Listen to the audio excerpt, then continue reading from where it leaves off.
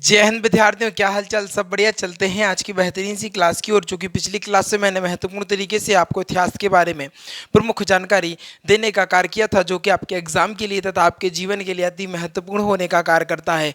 याद रखें, यदि आप 2023 के अंतिम में एक बेहतरीन सी जॉब पाना चाहते हैं तो सीधा जुड़ जाना है फ्यूचर एकेडमी XYZ से, क्योंकि ये एक ऐसा प्लेटफॉर्म है जो कि आपको बेस्ट कंटेंट, बेस्ट मटेरियल और बेस्ट टीम के साथ प्रोवाइड कराने का कार्य करता है। मैं आपसे कहना चाहता हूँ, इतिहास को मैं इतने बेहतरीन ढंग से आपको पढ़ाना चाहता हूँ, इतने बेहतरीन ढंग से पढ़ा रहा हूँ ना, इतने बढ़िया तरीके से कि आपको सभी चीज़ें बिल्कुल माइंड से बढ़िया क्लियर होने वाली हैं। और सभी चीज़ों को आपको रटना नहीं, सिर्फ और सिर्फ समझना पड़ेगा। और जैसे ही ऑप्शन आएगा ना, तुरंत आप टिक करके आ जाएंगे और अपनी विजय का परचम जो है ना, आप स्वयं ही लहरा कर आने वाले हैं। मैं आपसे कहना चाहता हूँ, बस रेगुलरिटी बनाए रखो, डेली पढ़ते रहो, फ्यूचर एकेडमी XYZ से जुड़े रहो। विश्वास दिलाता हूँ, आपका एक भी सब्जेक्ट कम जो नहीं दूंगा। बहुत जानदार शानदार तरीके से आपको मैं पढ़ाने का कार्य करूँगा। चलते हैं जानदार शानदार सी क्लास की, और आज की क्लास भी बहुत गजब की होने वाली है। ये तो हमें पता ही है। अब हमने कल प्रमुख रूप से सहायक संधि के बारे में पढ़ा था कि सहायक संधि क्या होती है। तो आप देख लेते हैं, सहायक संधि सबसे पहले प्रारंभ किसने की थी। यह महत्वपूर्ण क्वेश्चन एग्जामिनर पूछ लेता है, तो आपको पता होना चाहिए सबसे पहले जो सहायक संधि है वो डुप्ले द्वारा प्रारंभ की गई है। ये तो नॉर्मल सी बात है। बड़ा छोटा सा क्वेश्चन उठता है कि बताइए सबसे पहले सहायक संधि किसके द्वारा प्रारंभ की गई। तो कहना सबसे पहले जो सहायक संधि है वो सर कहना से डुप्ले के द्वारा प्रारंभ की गई थी। फिर आगे हम प्रमुख रूप से चर्चा करें, आगे बात करें तो 1802 में बेनिस की संधि हुई थी। 1802 में कब हुई थी। कहना सर 1802 में बेनिस की संधि हुई थी। एग्जाम में ये भी पूछ लिया जाता है। यह बाजीराव द्वितीय एवं बेलीज-अली के बीच में हुई थी। बाजीराव द्वितीय एवं बेलीज-अली के बीच में 1802 में बेनिस की संधि हुई थी। इस बात को आपको महत्वपूर्ण तरीके से पता होना चाहिए, क्योंकि यहाँ पे मैंने नोट भी लिख दिया है। ये इंपॉर्टेंट क्वेश्चनों की श्रेणी में इनको रखा जाता है, तो इसलिए मैंने कहा को एक बार और बढ़िया तरीके से रिवीजन करा दूं, क्योंकि रिवीजन ही वो मूल मंत्र है जिससे आप अपने लक्ष्य को प्राप्ति कर सकते हैं, अपने लक्ष्य पर विजय का परचम जो है वो लहरा सकते हैं। आज बताना चाहूँगा कि महामैराथन के महासंग्राम में हम आगे बढ़ रहे हैं, और आज 100 वीडियो लगभग पूरी हो जाएंगी। 100 वीडियो बहुत होती हैं। आप लोगों को थोड़ा सा विचार करना चाहिए और बेहतरीन ढंग से पढ़ाना चाहिए, ठीक है ना। आपको बता दें 1802 में बेनिस की संधि हुई थी, जो बाजीराव द्वितीय तथा बेलीज-अली के द्वारा हुई थी। अगर हम प्रमुख रूप से बात करें 1803 में, तो 1803 से लेकर 1806 तक, 1803 से लेकर 1806 में अग्ल मराठा युद्ध हुआ था। कौन सा युद्ध। कहना सर अग्ल मराठा युद्ध हुआ था। ये हमें कहना सर बहुत बेहतरीन ढंग से आपने पहले बता रखा है, लेकिन फिर भी बढ़िया तरीके से समझ लीजिए, क्योंकि अभी फिर से आपको एक बात बताने वाले हैं। क्योंकि जब सीक्वेंस में चीज़ें चल रही हैं तो एक बार अगले मैच युद्ध प्रथम, द्वितीय और तृतीय के बारे में डिटेल से भी जानने वाले हैं। तृतीय और चौथे के बारे में, सभी के बारे में एक बार डिटेल से और भी जानेंगे, जिससे कि जो डाउट आपके मन में शायद रह गए होंगे, वैसे तो रह नहीं गए होंगे, और अगर रह गए होंगे तो सारे क्लियर होने वाले हैं, ठीक है ना। 1803 से लेकर 1806 तक अगले मराठा युद्ध हुआ था, ये तो आप लोगों को पता ही है। 1799 की प्रमुख रूप से बात करूं तो 1799 में बेलीज-अली द्वारा प्रेस एक्ट लाया गया था। आखिर ये प्रेस एक्ट था क्या, आपको मैं बताने का प्रयास करता हूँ। प्रेस एक्ट के तहत आपको बताना चाहूँगा कि जो हिंदी में छप रहे अखबार थे उनको बैन किया जा रहा था, कि अब देखो भैया जो है ना, हिंदी में आज से अखबार नहीं छपना है, अब से जो छपेंगे वो इंग्लिश में ही छपेंगे। क्योंकि क्या होता था, जो क्रांति में जो आग लगाने का कार्य करते थे, क्रांति को भड़काने का कार्य करते थे, क्रांति को आगे बढ़ाने का कार्य करते थे, वो एकमात्र साधन जो हुआ करता था वो आपका अखबार हुआ करता था। और आपको विस्तृत रूप से और विभिन्न बेहतरीन तरीके से आपको इस बात का पता है कि जो भारत के लोग हुआ करते थे वो केवल हिंदी बोल पाते थे या पढ़ पाते थे, लेकिन वो जो न्यूज़ हमें मिलती थी कि आज 10 क्रांतिकारी इस जगह पर मर गए, 15 क्रांतिकारी यहाँ पर हो गए, यहाँ से एक नया आंदोलन हो गया, तो कहीं ना कहीं लोगों के बीच में उत्साह पैदा होता था। लोग भी एक नई क्रांति के लिए अपने आप को तैयार करने का कार्य करते थे और प्रयास करते थे कि बहुत अच्छा तरीके से प्रदर्शन किया जाए और अंग्रेजों को भारत से खदेड़ दिया जाए।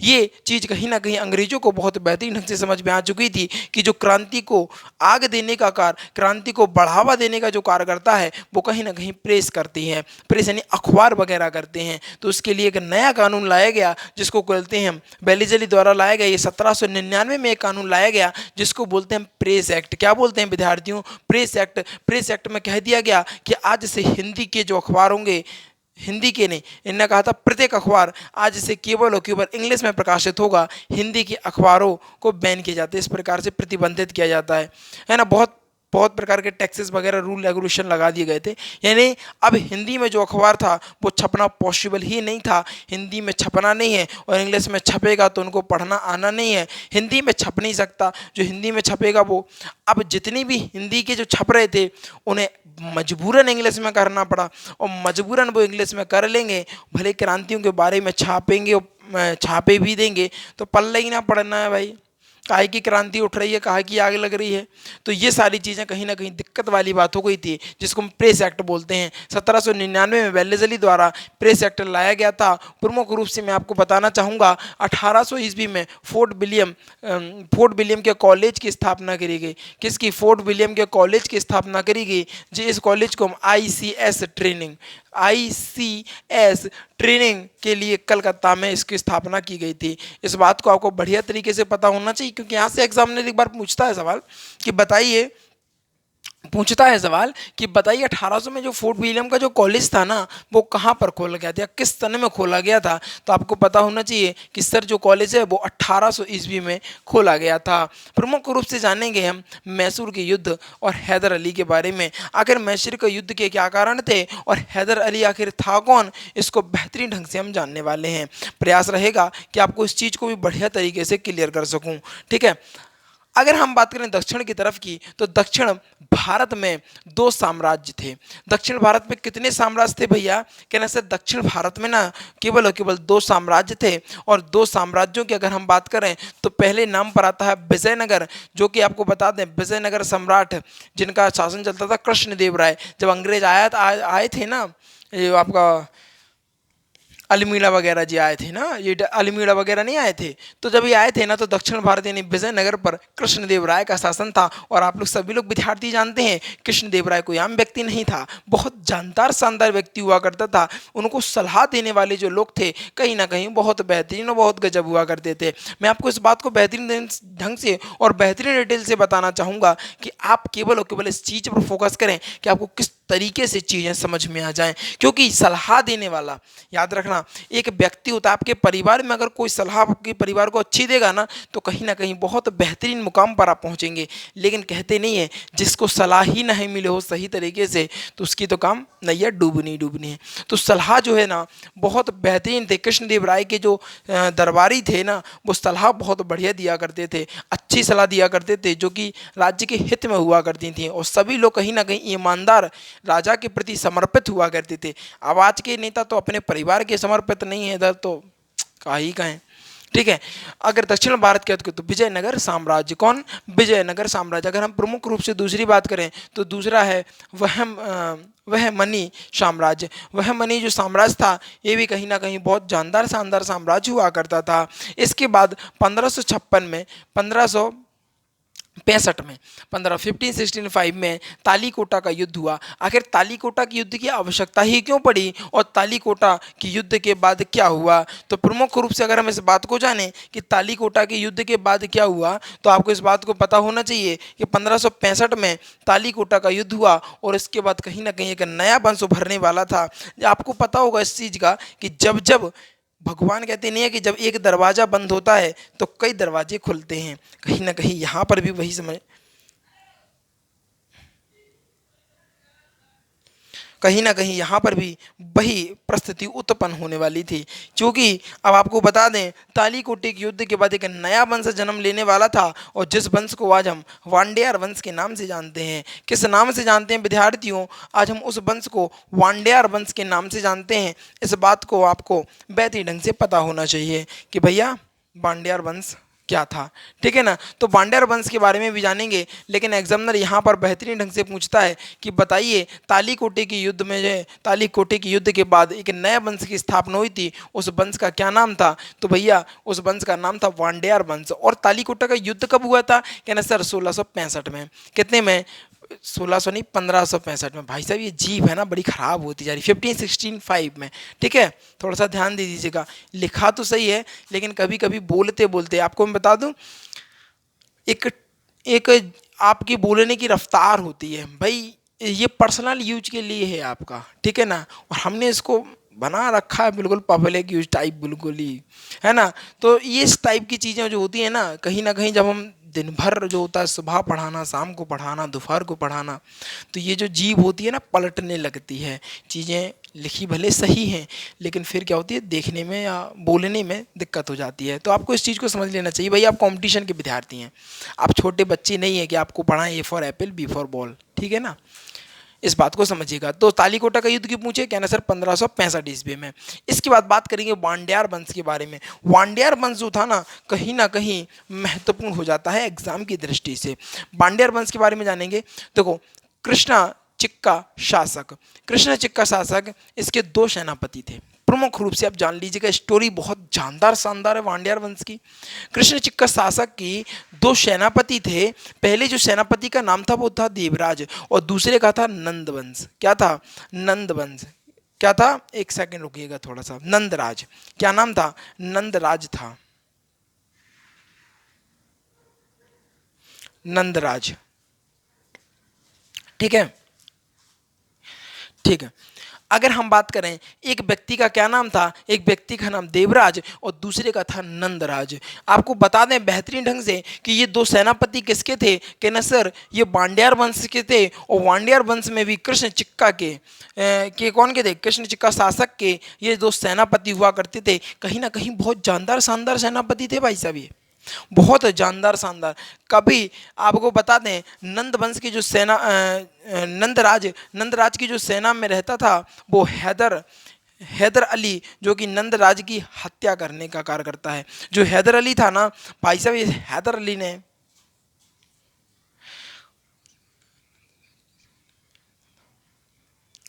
हैदर अली जो व्यक्ति था, हैदर अली ने नंदराज की हत्या करने का कार्य किया, हत्या कर दी। और 1760 में मैसूर के वंश यानी मैसूर वंश, 1760 में मैसूर वंश की क्या की, स्थापना करने का कार्य किया। मैसूर वंश की स्थापना करने का कार्य किया। हाँ भाई साहब, वो व्यक्ति था हैदर अली। इस व्यक्ति ने ही नंदराज की हत्या कर दी, और हत्या करने के बाद एक अपना वंश, इसको बोलते हैं मैसूर वंश की स्थापना करने का कार्य किया। फिर होता है तालीकोटे का युद्ध। तालीकोटा का युद्ध जो है वो आपको बता दिए 1565 ईस्वी में हुआ था। इसके पश्चात ही विजयनगर साम्राज्य। अभी मैंने आपको बताए थे प्रमुख रूप से दो ही साम्राज्य थे जानदार शानदार, लेकिन जब ये विजयनगर साम्राज्य हुआ, बहमनी साम्राज्य, ठीक है।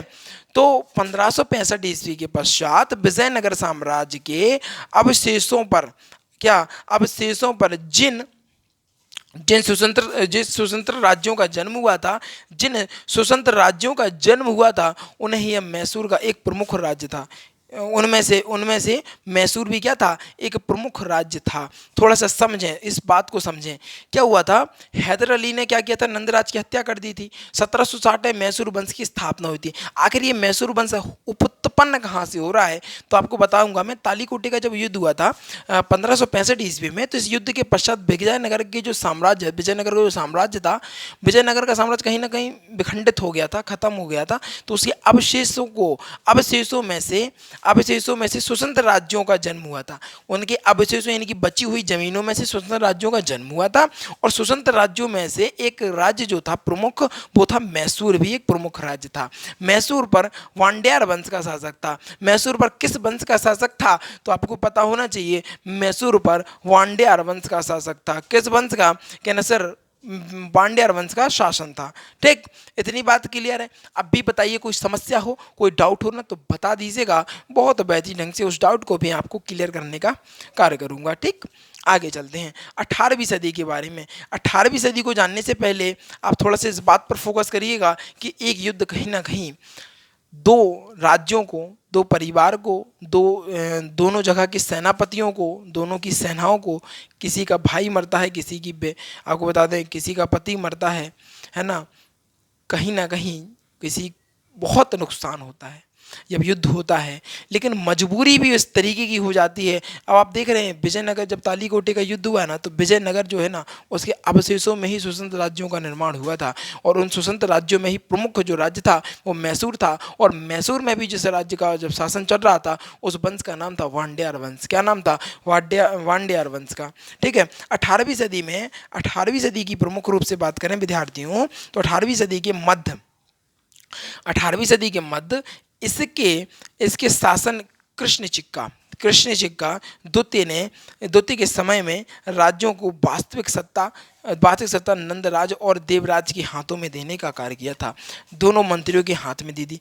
भाई ये खत्म कहानी, गड़बड़ कहाँ से हो रही है? ये गड़बड़ हो रही है ना, जलन, एक दूसरे जलते हैं लोग बाग। क्या किया था समझिएगा, 18वीं सदी की बात हो रही है यहाँ पर। सीधा सर चीज क्लियर हो गई। आप सोच रहे हो कि सर ये अभी आपने दो सेनापति देवराज और नंदराज पढ़ा दिया, फिर उसके बाद ये नंदराज हत्या हो गई, फिर विजयनगर, क्या मैं समझ में नहीं आया? अरे चिंता काहे करते हो भाई, हम तो बैठे हैं समझाने को, यही तो काम।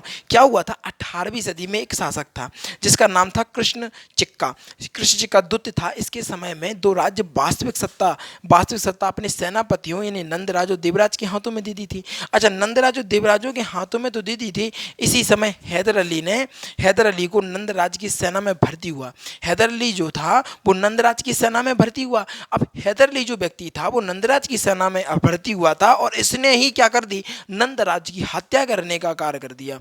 नंदराज की हत्या कर दी और 1760 में मैसूर वंश पर अपना कब्जा, मैसूर वंश की स्थापना कर ली, है ना। ये व्यक्ति कौन था नंदराज की हत्या करने वाला? ये हैदर अली था और भीख मांग रहा था नंदराज से कि भैया हमें सेना में भर्ती कर लो। ये कहते नहीं है पीठ पर छुरा घोंपने का काम जो हैदर अली ने यहाँ पर करने का कार्य किया था। नंदराज की जो सेना में भर्ती हुआ और 1760 में अपनी योग्यता के आधार पर, ठीक है। और इसके बाद क्या किया, आपको ये तो पता ही चूंकि हैदर अली ने नंदराज की हत्या कर दी। इस बात को हाईलाइट रखिएगा, हैदर अली ने नंदराज की सेना में भर्ती हुआ 1760 में। कब? 1760 में अपनी योग्यता के बल पर मैसूर का शासक बन बैठा। भाई अपनी योग्यता थी उसमें, भाई बन बैठा, कोई दिक्कत थोड़ी ना है। 1760 में क्या हो रही है, मैसूर वंश की स्थापना हो रही है। 1760 में क्या अपने बल पर कह सकते हैं, किसी भी तरीके से कह सकते हैं, मैसूर का शासक वो बन गया। और हैदर अली का जो जन्म था वो 1722 ईस्वी में हुआ था। कब हुआ था? 1722 ईस्वी में हैदर अली का जन्म हुआ था, ठीक है। दक्कन में मैसूर राज्य के दो प्रतिस्पर्धी थे। पहले थे आपके मराठा और दूसरे थे आपके हैदराबाद के निज़ाम। ये प्रमुख रूप से थे। और अभी अगले मैसूर युद्ध होगा ना, अगले मैसूर युद्ध, तो इसमें कहीं ना कहीं चीज़ें परिवर्तित हो जाएंगी। आपको थोड़ा सा इस बार पर फोकस करना है।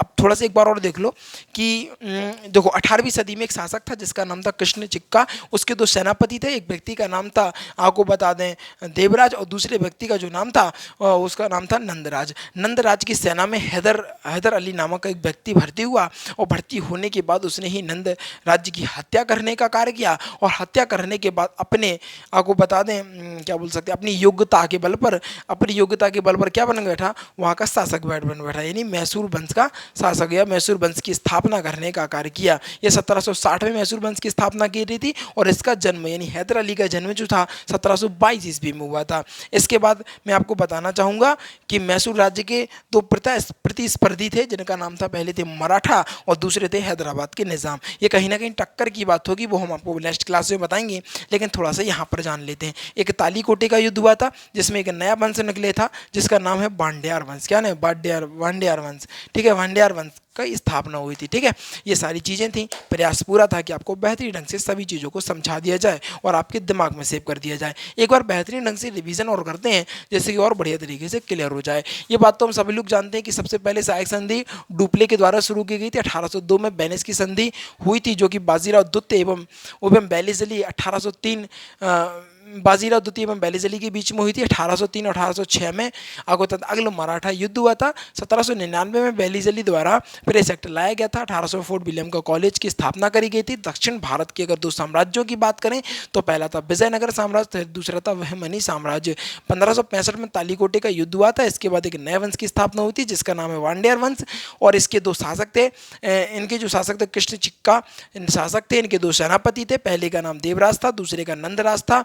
आपको बताना चाहूँगा यहाँ पर कि जो नंदराज था, नंदराज की सेना में एक व्यक्ति आया जिसका नाम हैदर अली था। हैदर अली ने नंदराज की हत्या कर दी थी। हत्या करने के 1760 ईस्वी में मैसूर वंश की स्थापना की थी। आपको बता दें ये तालीकोटे के युद्ध 1565 के पश्चात विजयनगर साम्राज्य के अवशेषों पर ही प्रमुख स्वतंत्र राज्य बसे और उन प्रमुख राज्यों में से मैसूर भी एक प्रमुख राज्य। मैसूर पर वांडेयार वंश का शासक था। इनके बाद हमने आपको चीज़ें बताई हैं कि हैदर अली ने नंदराज की हत्या वगैरह कर दी थी। हैदर अली का जन्म 1722 ईस्वी में हुआ था। ये सारी चीज़ें थी। इसके दो प्रत्याशी प्रतिस्पर्धी थे, जिनका नाम, एक का नाम मराठा था, दूसरे का नाम हैदराबाद के निज़ाम थे भैया। ये सारी चीज़ें थी। प्रयास पूरा था कि सभी चीज़ों को बेहतरीन ढंग से आपको समझा दिया जाए, पूरा क्लियर कर दिया जाए, और मुझे आशा भी है कि आपको बढ़िया तरीके से समझ में भी आ गया होगा। आगे की चर्चा नेक्स्ट क्लास में करेंगे बहुत जानदार शानदार तरीके से। अब जो विद्यार्थी नए हैं तो जल्दी से भैया जल्दी से वीडियो को लाइक कर लेना है, चैनल को सब्सक्राइब कर लेना है और शेयर करके आना है अपने यार दोस्तों और चाहने वालों के साथ, क्योंकि आज की जो वीडियो थी कहीं ना कहीं बेहतरीन, गजब और लाजवाब होने का कार्य कर रही थी। इन्हीं चंद शब्दों के साथ बस विदा लेना चाहूँगा। जीवन में आनंदित रहिएगा और आगे बढ़ते रहिएगा। थैंक्स फॉर वॉचिंग और जय हिंद, जय भारत।